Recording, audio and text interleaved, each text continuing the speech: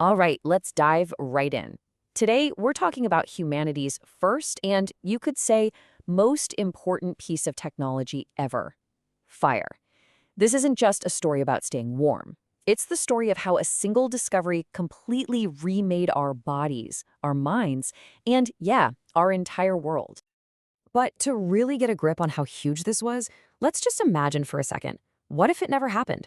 What if our ancestors never figured out how to tame the flame? What would we even be like today? I mean, the difference is just night and day. Without fire, we'd be stuck in the cold, in the dark, trying to stomach raw food, and just constantly terrified of whatever was hunting in the shadows.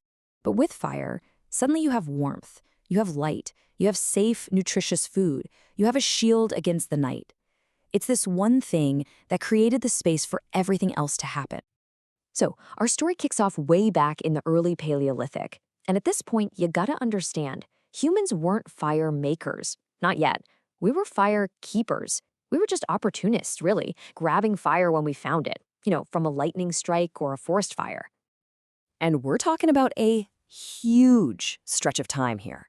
It all starts around 1.5 million years ago with just using natural fire. It would take over 1 million years. Think about that. 1 million years before we actually learned how to make it ourselves. And even longer before we really mastered it. So how do we even know this stuff? Well, the archaeological clues are just incredible. In South Africa, they found burnt animal bones with cut marks on them, basically evidence of a 1.5 million-year-old barbecue. And even better, deep inside another cave, like 30 meters in, way too far for a lightning strike, they found layers of ash. That's proof early humans were actively bringing fire home. And even this borrowed fire was a total game changer. It solved three massive problems right off the bat. First, cooking. It kills parasites and makes food way easier to digest, unlocking more nutrients. Second, defense. A circle of fire is like a force field against predators like saber-toothed cats. And third, it was a tool to make better tools. You could harden the tip of a wooden spear in the flames, making it a much deadlier weapon. But here's the catch. The biggest problem of this whole era. A fire you just find is a gift, sure, but it's not something you can count on.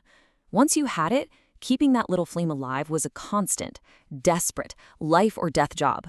Because if it went out, you were right back to square one, in the cold, in the dark, just waiting for lightning to strike again. And then, in the Middle Paleolithic, everything changes. This is the moment humanity finally takes control. We stopped being just fire keepers and became fire makers. We finally got our independence from the random whims of nature. So what was the big breakthrough?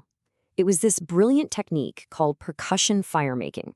It's this incredibly clever idea, probably dreamed up by Neanderthals, where you strike a mineral called pyrite with a sharp piece of flint.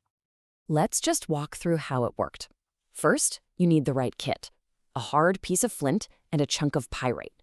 Then you strike them together at just the right angle to create a shower of hot sparks. And the last, most delicate part is catching those sparks in some tinder, like dry grass, and gently, gently blowing it into a flame. It's a real feat of skill and knowledge. A massive leap forward. This quote really just sums it all up perfectly. For the first time, humans could have fire whenever and wherever they needed it. I mean, you can't overstate how huge this was.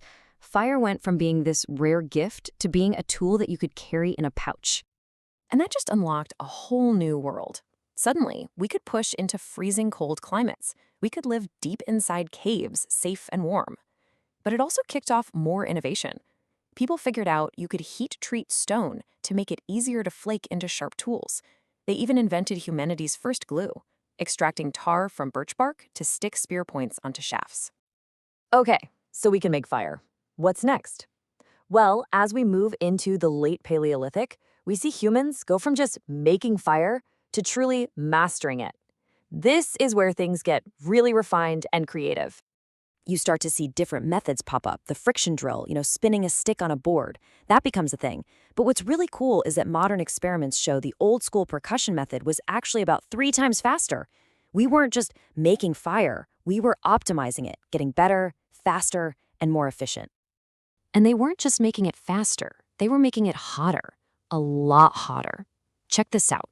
At a site in Ukraine, archaeologists proved that our ancestors were building special hearths that could get over 600 degrees Celsius.